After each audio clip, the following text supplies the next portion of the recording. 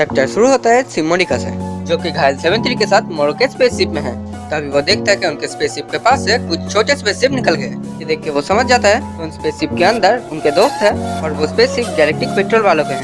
सिमोनिका समझ चुका है कि वो लोग फिर से उन लोगों को जेल में डालने वाले हैं। इधर हम देखते हैं कि गोकू ओमनी अल्टरनेशन के फॉर्म में जा चुका है और गोकू को अल्टरनेशन के फॉर्म में जाते देख पिकोलो काफी हैरान है।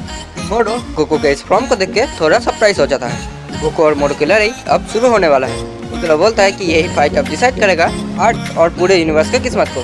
गोकू मोरो के ऊपर पहले हमला करता है। गोकू अपनी जगह पे खड़े रह के मोरो को पंचेस मारने लगता है। जैको बोलता है कि गोकू का पंचेस इतना तेज है कि उसके पंचेस की वजह से ही हवा में एक प्रेशर क्रिएट हो रहा है और वो प्रेशर ही मोरो को जाके लग रहा है।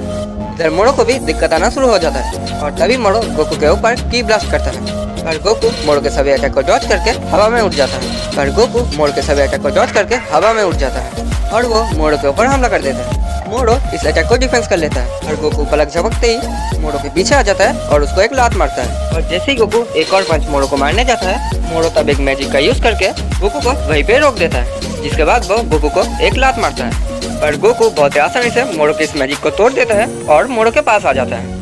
इधर वेजिटा या ट्रेन प्लेनेट से ये सेंस कर लेता है कि अर्थ पे गोकू और मोरो का फाइट शुरू हो चुका है। गोकू और मोरो का फाइट फिर से शुरू हो जाता है। गोकू गोहान और पिकोलो को बोलता है कि वो लोग यहाँ से दूर चले जाए। तभी गोहान बोलता है कि वो अर्थ का फिक्र ना करे। अगर अर्थ डिस्ट्रॉय भी हो जाता है तो वो लोग ड्रैगन बॉल से फिर से अर्थ को ठीक कर देंगे।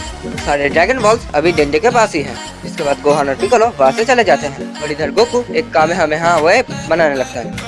और मोरो जिधर खड़ा है गोकू वहाँ पे अटैक नहीं करता, वो एक दूसरी जगह पे अटैक करता है। गोकू का ब्लास्ट सही जगह पे जाता है क्योंकि मोरो ने आफ्टर इमेज टेक्निक यूज किया था और गोकू ये समझ चुका था। इधर गोहान, पिकोलो और जैको 17 और 18 के पास आ जाता है। दोनों ही समझ जाते हैं कि गोकू आ चुका है तो वो अब बहुत ताकतवर बन चुका है।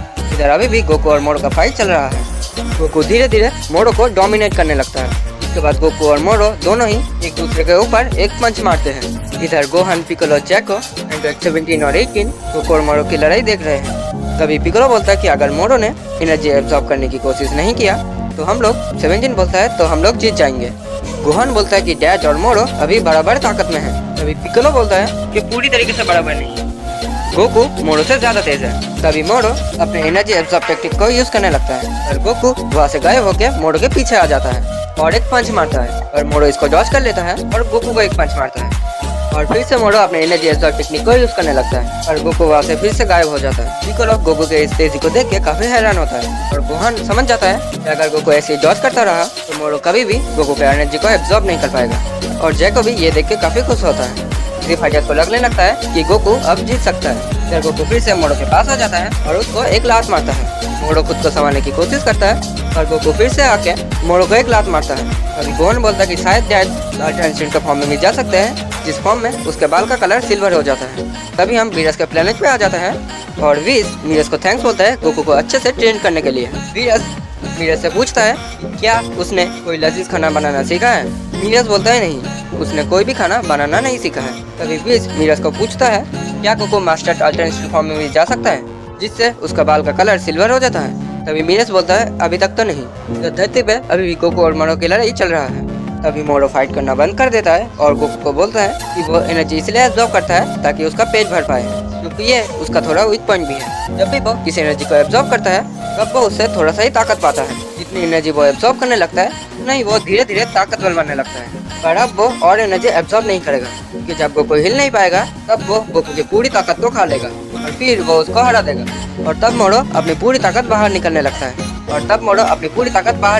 है मोरो के इस पूरी ताकत को देख के गोकू और जी फाइटर्स दोनों ही हैरान हैं। मोरो बोलते हैं कि वो गॉड के लेवल को काफी समय पहले ही सरपास कर चुका है।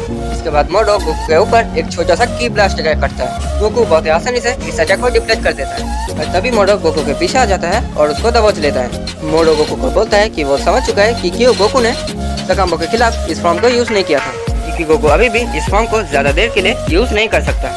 तभी हम देखते हैं कि गोकू ने अल्टरनेशन फॉर्म को खो दिया और वो अब बेस फॉर्म में वापस आ चुका है। तभी मोरो गोकू के सर को पकड़ के उसको दूर फेंक देता है। इधर वीस बोलता है कि ये अल्टरनेशन फॉर्म उतना ज्यादा स्टेबल नहीं है जिसमें स्टेमिना कम लगता हो। और मीरस बोलता है कि वो लोग यही कोशिश कर रहे थे कि इस फॉर्म को गोकू ज्यादा देर के लिए यूज कर पाए।